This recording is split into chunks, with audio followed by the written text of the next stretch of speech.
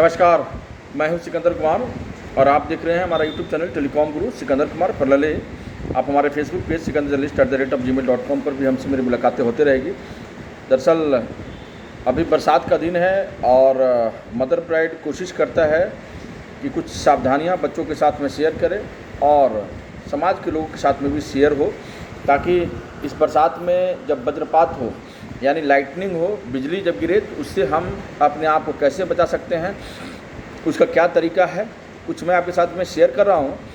ध्यानपूर्वक सुनिएगा। वज्रपात या बिजली गिरने की आशंका होने पर कुछ सावधानियाँ बरतनी है। वो क्या है?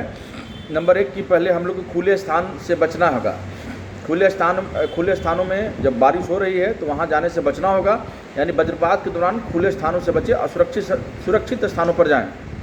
दूसरा है कि ऊंचे स्थानों से बचें। ऊंचे स्थानों जैसे पहाड़ियों या ऊंची इमारतों से बचना है, क्योंकि वहाँ पर लाइटनिंग होने का चांसेस ज़्यादा रहता है, इसलिए हमें पहाड़ी क्षेत्र में नहीं जानी चाहिए।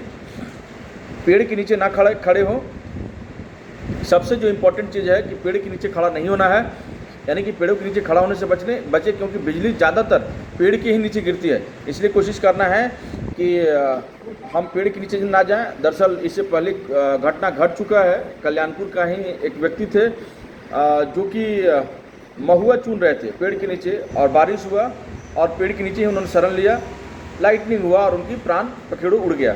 तो ऐसे में हम लोगों को कोशिश करनी है कि जब बारिश हो तो बारिश के दौरान में पेड़ के नीचे ना रहें, इससे हमें बचना होगा। और चौथा जो है, धातु की वस्तुओं से बचें। धातु की वस्तुओं से बचना है, यानी कि जैसे छतरी नहीं रखना है उस समय, गोल्फ क्लब आदि से दूर रहना है, ठीक है।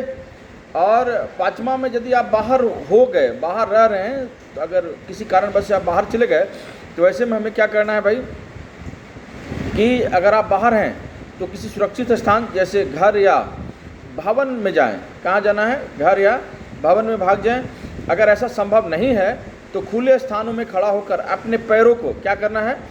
खुले स्थान में खड़ा होकर अपने पैरों के एक साथ रखना है, ठीक है। खड़ा होकर क्या करना है? अपने पैर को एक साथ में रखना है और अपने हाथों को घुटनों पर रखना है, और अपना हाथ को कहाँ रखना है?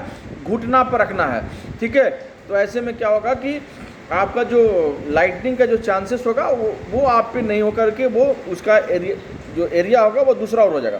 तो ऐसे में हम इन चीज़ों को बच सकते हैं, अपने आप को बचा सकते हैं। तो वज्रपात के दौरान सुरक्षित रहने के इन सावधानियों का पालन करना अति महत्वपूर्ण है। तो ध्यान रखिएगा कि जो हमने 4 बिंदु हमने बताया, उस 4 बिंदु का अगर आप पालन करते हैं तो निश्चित रूप से जो है आपके पास में वज्रपात होने की चांसेस नहीं रहती है, ठीक है।